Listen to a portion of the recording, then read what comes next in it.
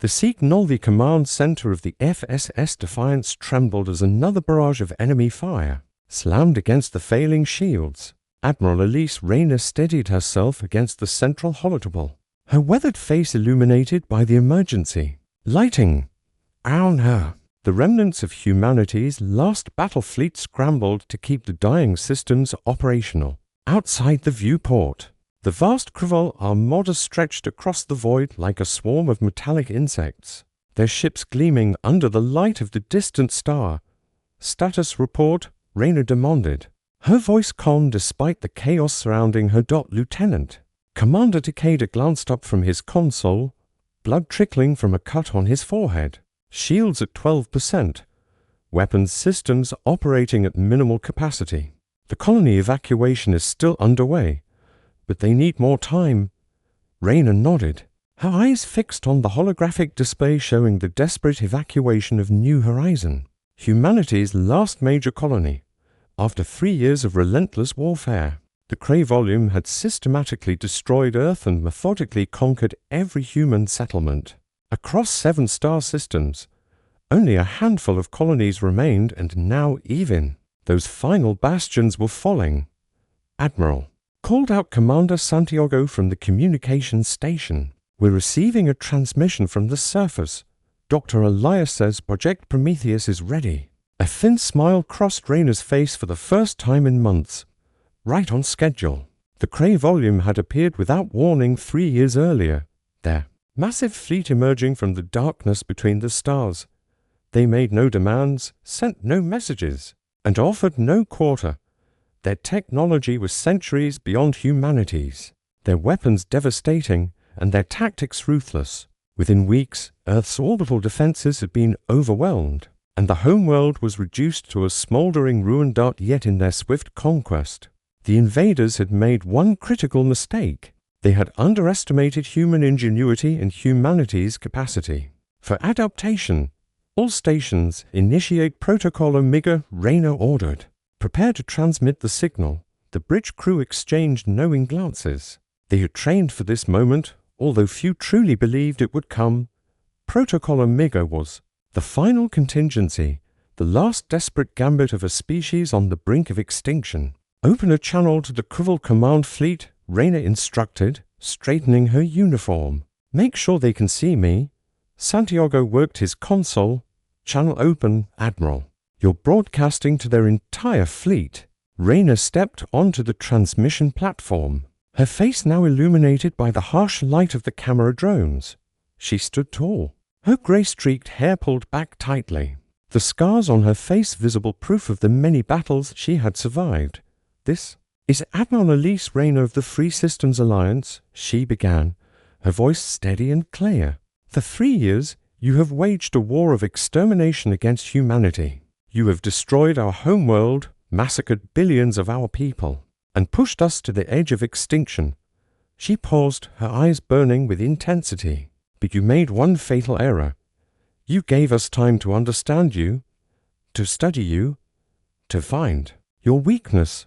On the holotable beside her, data streamed from the surface of New Horizon, the culmination of Project Prometheus. For months, Dr. Elias and his team had worked tirelessly, analyzing every scrap of information about the invaders, dissecting captured technology, and searching for any vulnerability in their seemingly impenetrable defenses. "Your ships are powered by dimensional resonance technology," Rayner continued.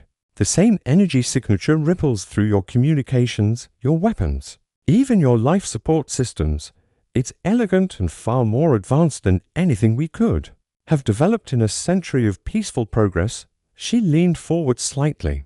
"But it has a fatal flaw, a specific harmonic frequency that cascades through your entire network. We discovered it 6 months ago when one of your destroyers unexpectedly shut down during the Battle of Proxima Centauri. This was only partially true. The discovery had been made, but it had taken Dr. Elias and his team months of round-the-clock work to fully understand it, and longer still to weaponize that knowledge. Even now, your sensors are detecting a strange energy build-up on New Horizon's surface. Your analysts are probably telling you It's some kind of primitive weapon, a last desperate attempt to damage your fleet before we're exterminated. On Q. The massive dish array on New Horizons' surface began to glow with building energy. Visible even from orbit, the Krval fleet reacted immediately. Dozens of their sleek warships breaking formation to target the installation. They won't make it in time, Lieutenant Commander Takeda reported. The array is fully charged. Rayna's expression hardened. You believe you're witnessing the death throes of a defeated species. What you're actually seeing is the moment you lost this war. She raised her hand, signaling to Santiago. This is humanity's final warning. You will regret starting this war. With a single nod from Rayna, Santiago activated the transmission. The array on New Horizon released a pulse of energy that expanded outward, seemingly harmless as it washed over the Kree volume fleet. For a moment, nothing happened. Then, one by one, lights began to flicker across the closest enemy vessels. Weapon ports closed. Engines sputtered and died. The massive ships began to drift. On the bridge of the Defiance, the crew watched in stunned silence as the carefully calculated harmonic frequency disrupted the dimensional resonance fields that powered the Krval technology. It wasn't destroying their ships, not yet, but it was rendering them temporarily inert. It's working, Santiago whispered, almost afraid to believe it. Of course it's working, Rayna replied calmly. But this is just the beginning. The disruption was spreading through the enemy fleet like a wave, each affected ship unwittingly transmitting the cascading failure to its neighbors through their linked communication systems. It was exactly as Dr. Elias had predicted. Admiral, Takeda called out, we're detecting a surge of communication between the unaffected Kree volume ships. They're trying to isolate the affected vessels and contain the spread. Rayna nodded. They're adaptable. They'll find a way to shield themselves from this specific frequency within hours. She turned to address the entire bridge. But we only need minutes. As if on cue, the communications officer announced, incoming transmission from the Krval command ship, Admiral. Put it through, Rayna ordered. The main view screen flickered, revealing a Kree volume commander for the first time in the 3-year conflict. The alien was tall and serpentine, its iridescent scales reflecting the emergency lighting of its own vessel. For yellow eyes narrowed as it regarded Rayna, impressive, human, the creature hissed, its translator rendering the words with mechanical precision, a clever trick that has inconvenienced our fleet, but nothing more than a delay of the inevitable. Rayna smiled. You still don't understand what's happening, do you? She gestured to Santiago, who brought up a galactic map on the holotable. Hundreds of small dots began to illuminate across the display, each representing a human outpost, mining facility, or seemingly abandoned colony that the Kree volume had conquered or bypassed in their campaign. We didn't just discover how to temporarily disable your ships, Rayna explained. We've spent the last year seeding every human settlement in the galaxy, with transmitters precisely calibrated to emit this disruption signal.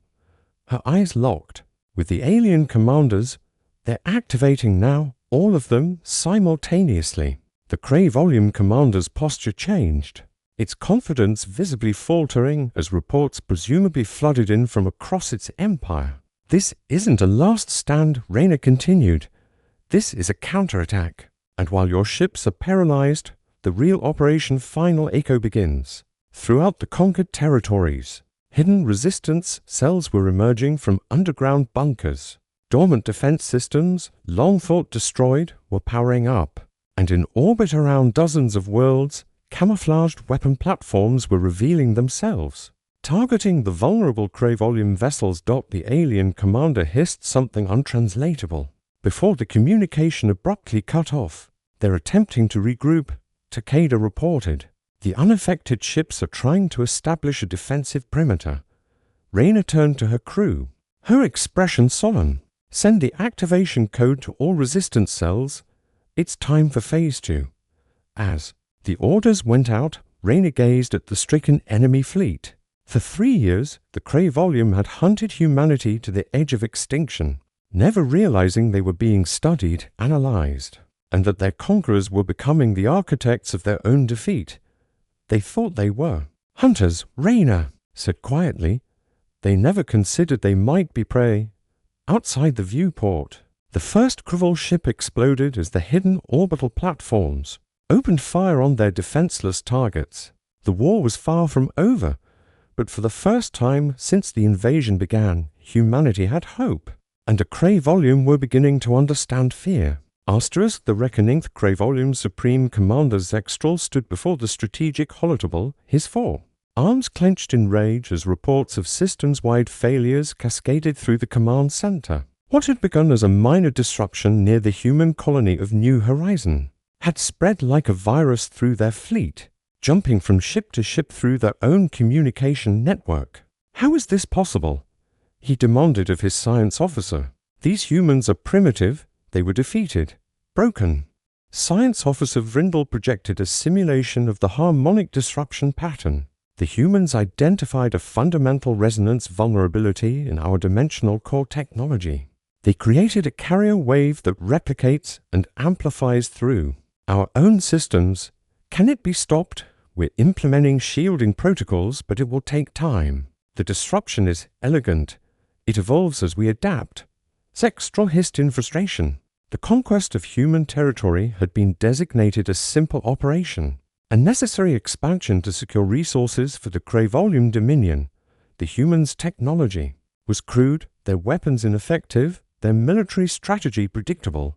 Or so they had believed. "Show me the status of our occupied territories," he ordered. The holographic display shifted, showing dozens of formerly human colonies and outposts. Red warning indicators flashed across nearly all of them. "We're receiving distress calls from 97% of our occupation forces," his tactical officer reported. "The disruption signal is emanating from hidden transmitters on every world we've taken.